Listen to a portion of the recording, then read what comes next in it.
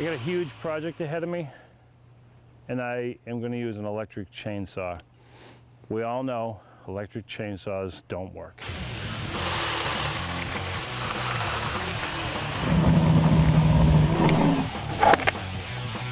don't know how this one's going to go.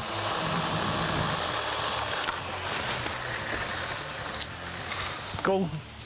Oh, dude, I'm so lucky. I'm a pro. Cutting them right up over my head doesn't make me feel great, but what the hell? I'm gonna risk it.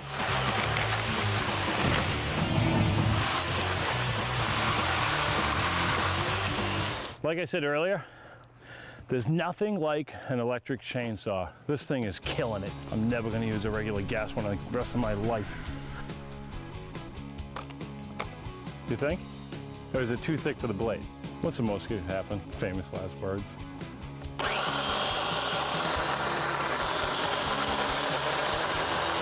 This is the point I wish I didn't cut something this big, but now it's too late. There's a lot of glass below me.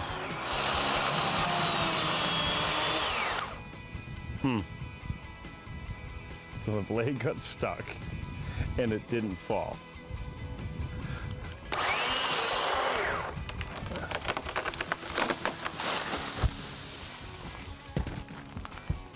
Thank you, baby Jesus. I'll go to church on Sunday. It fell the right way. So it landed on the fence, and that's a lot more tree than I thought right there. Let's pick smaller ones.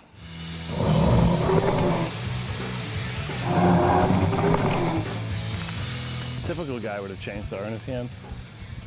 Once you cut down one thing, you just want to cut down the world. One limb at a time.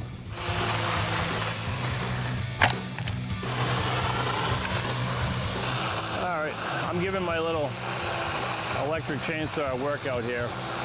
Probably cutting limbs a little bigger than I should, but it's been working so good. Awesome.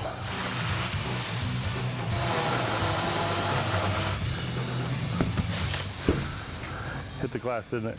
Wouldn't it be the one that I threw and not cut that breaks the glass?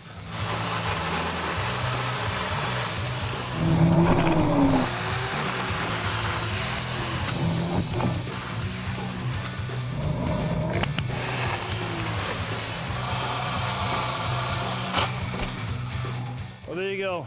I get the best equipment in the world. Love this little saw. So the city comes by, picks up every few hours or twice a day because of a catastrophe like this. So it's just down to plain old cleaning all this up that we cut this morning and then get inside. We'll actually patch the roof temporarily, get inside, start taking the drywall out because now the mold will start back in. It's sunny today, but they're calling for rain again in a couple days, so add that on to the 26 plus inches in the low country. All right, back to work.